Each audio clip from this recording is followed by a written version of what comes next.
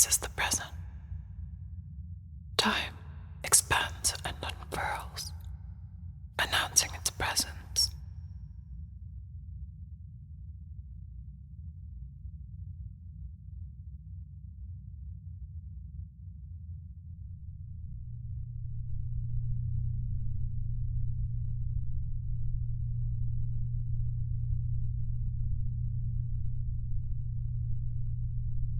Photophobia is characterized by an abnormal sensitivity to light.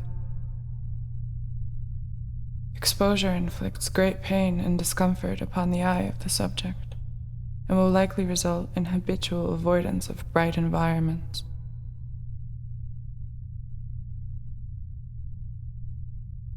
Underneath the lens of the eye, rods and cones are continually shifting, hyperpolarizing, granting visual information access to the awareness. Autonomous formations appear, invading the entirety of the being, bright apparitions violently imposed on the consciousness. I call it fear of images.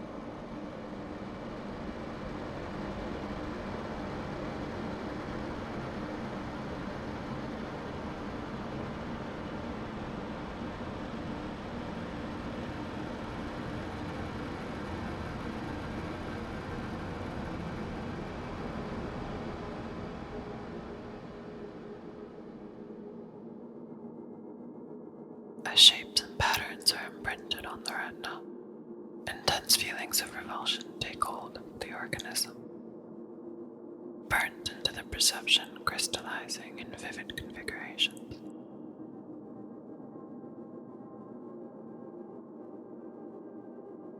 Contours of what you are looking at still lingering as an afterimage in the darkness. Glowing residue, reminding you of what exists outside of yourself.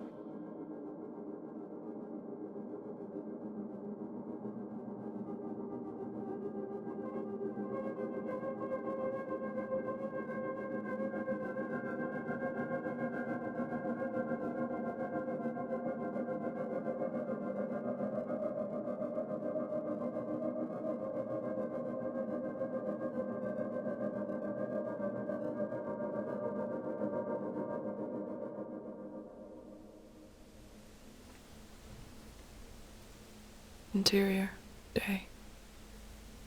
Determining the exact hour proves to be increasingly difficult. Circadian rhythm out of order, no doubt. Flow of time is unpredictable. This is a place of transience, not meant for staying.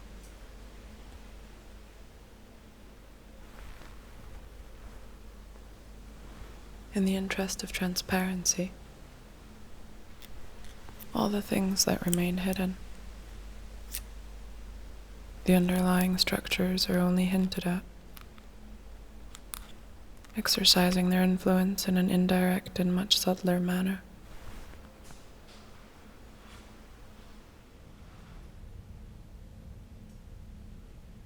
This is a pitfall.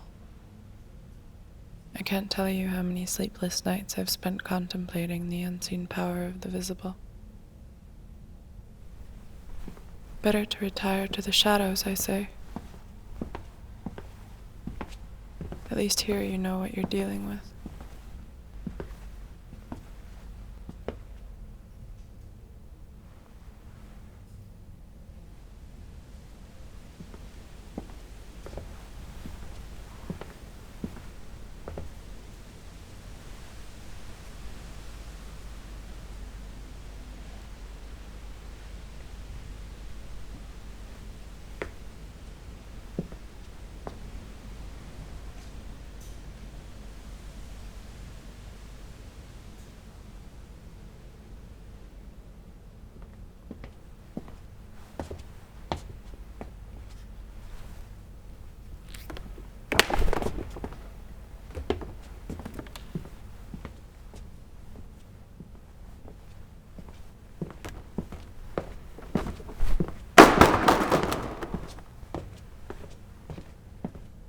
Radiant motifs foisted on the brain,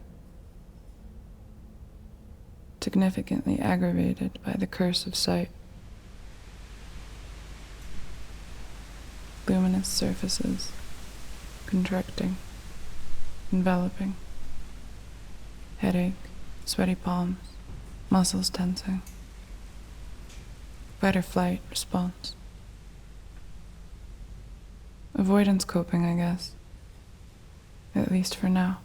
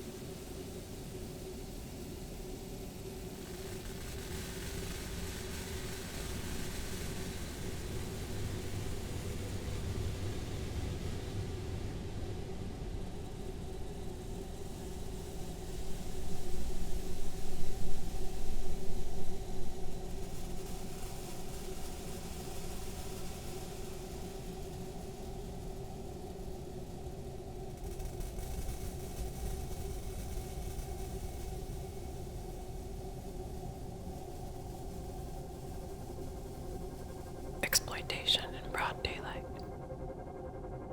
bodiless deliberations at arm's length.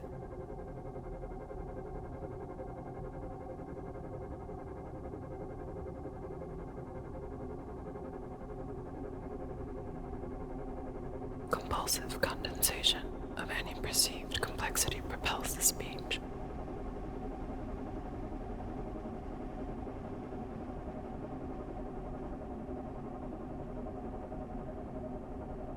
I am an emblem of myself, an outline pointing towards a hypothetical whole. Perhaps that's all I need.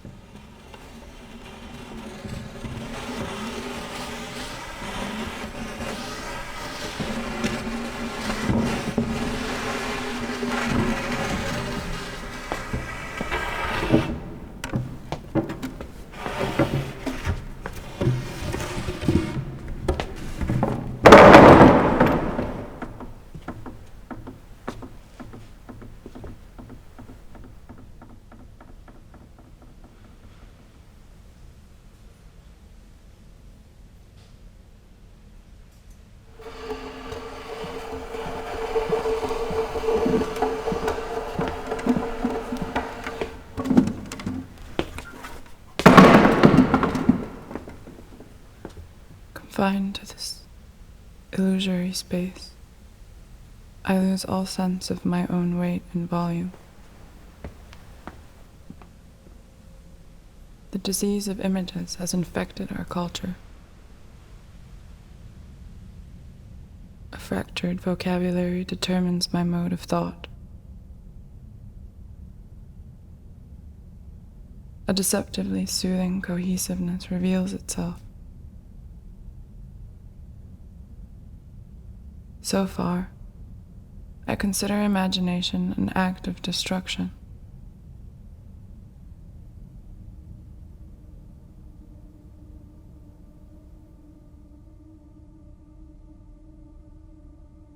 Palpitations of the memory alert me to the gradual emergence of another. A blooming awareness sits comfortably at the edge of perception. Something that exists only in passing. Permanently stuck between states. Defined solely by what it is not. Only identifiable through what it is adjacent to. A presence vibrating in between two frequencies. Then, the disruptive arrival of the purportedly real. Assuming the identity of a witness, I narrowly escape active involvement.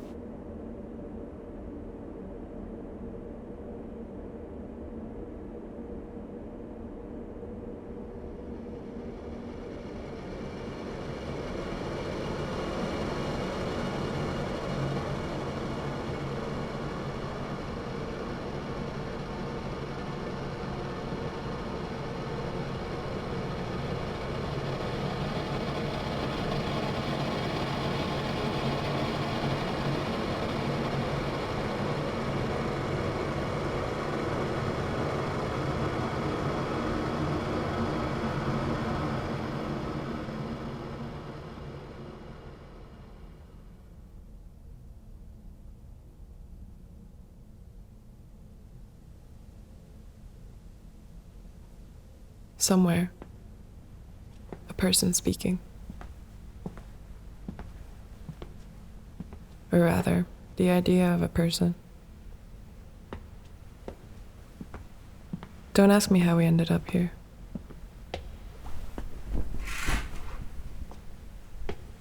This is a possibility. A figment of the mind. It's not yet a thing. Or maybe it was and is no more. An ideal, perhaps. Who knows?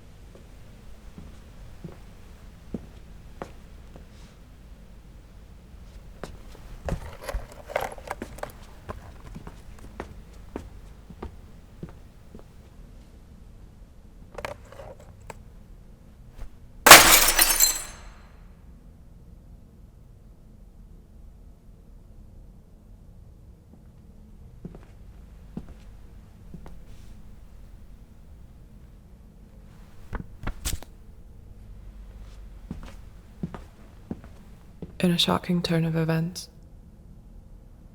the distance between the observer and the observed lights up in striking solidity.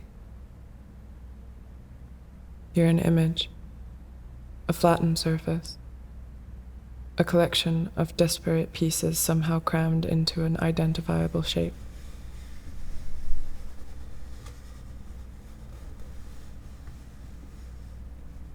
I guess I might not be the object in this interaction after all.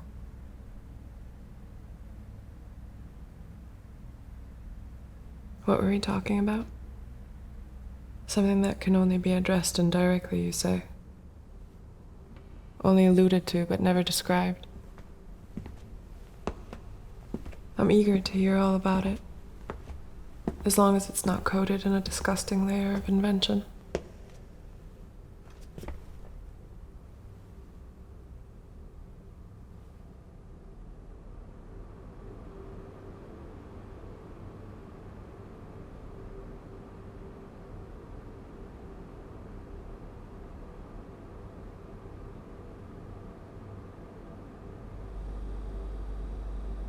I still believe the human brain is a machine hardwired for generating fiction.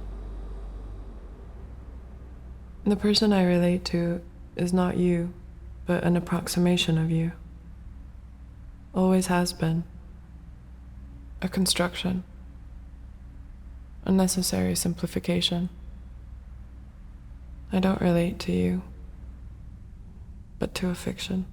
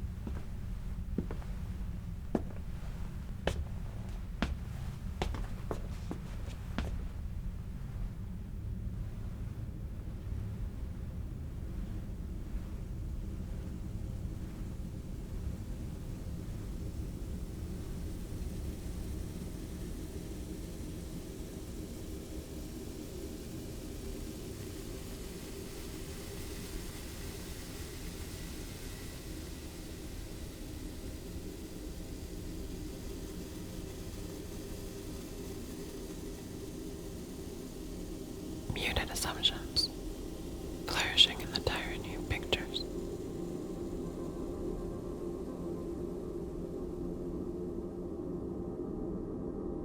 This is merely a representation, an attempted substitute.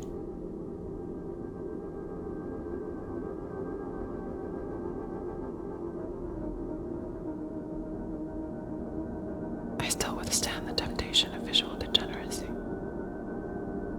Maintain the photographic image is an evil invention.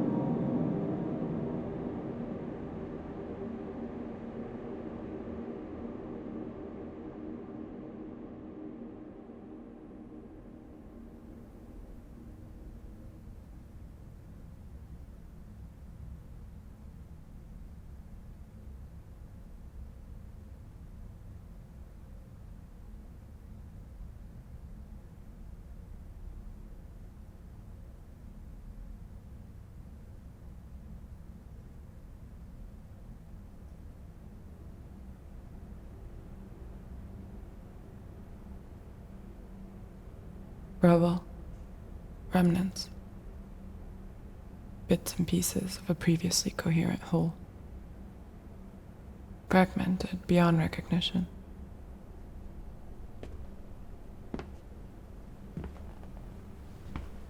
Removed from its context, it loses any semblance of meaning, any recognizable shape or form.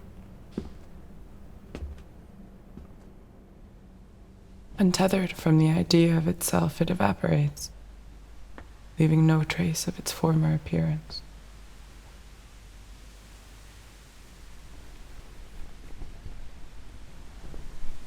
Clearly, observing is not a passive act.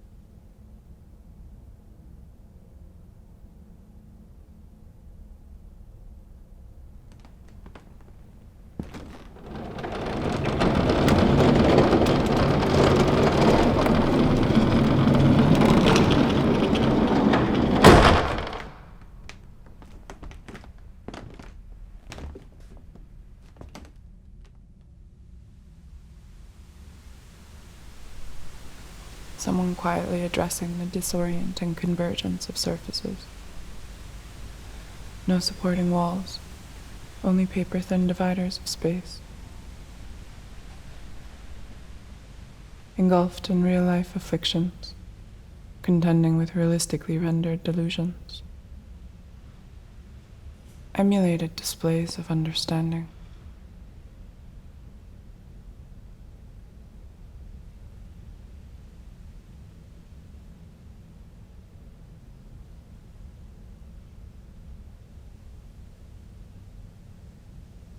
A betrayal of the past, a violation of the memory. This is a language of longing.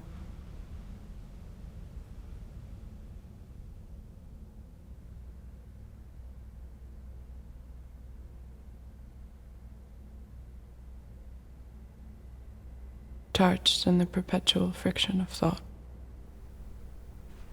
Continually antagonized by the physical. The pupillary light reflex responds unfavorably to the arrival of unexpected stimuli.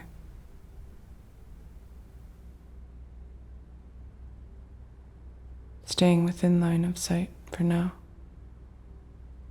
The absence of a subject might present certain complications in the long run.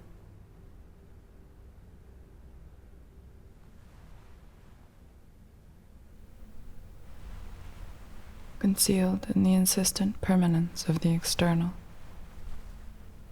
viewing the outside as a singular unit, indivisible, impenetrable.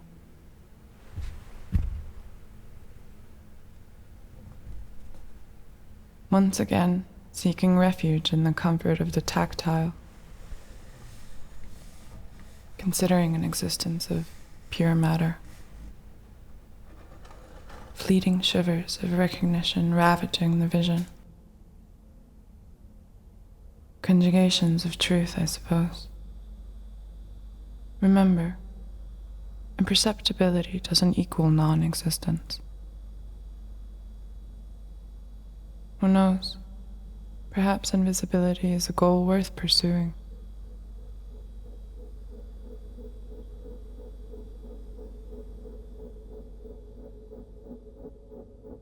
repeatedly assaulting the retina. A phosphorus cadence stripping away any ambiguity. Or so it seems.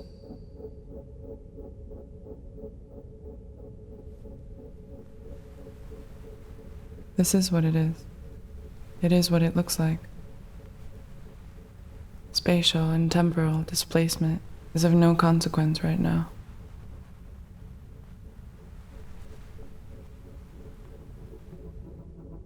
Passively observing as the weight of the mouth destabilizes the situation further.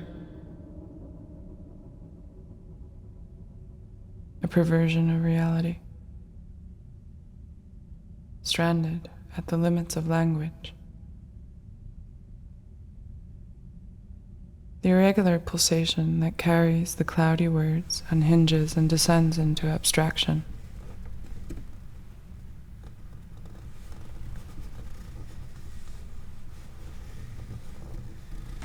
A fundamental disconnect.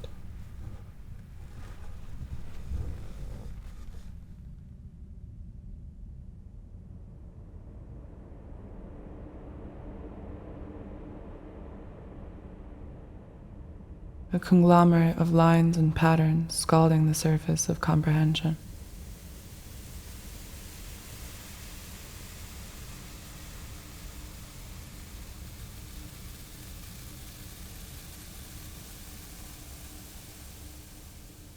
A fluid shape remains trembling at the center of the vision, changing, expanding, dissolving in blinding absence.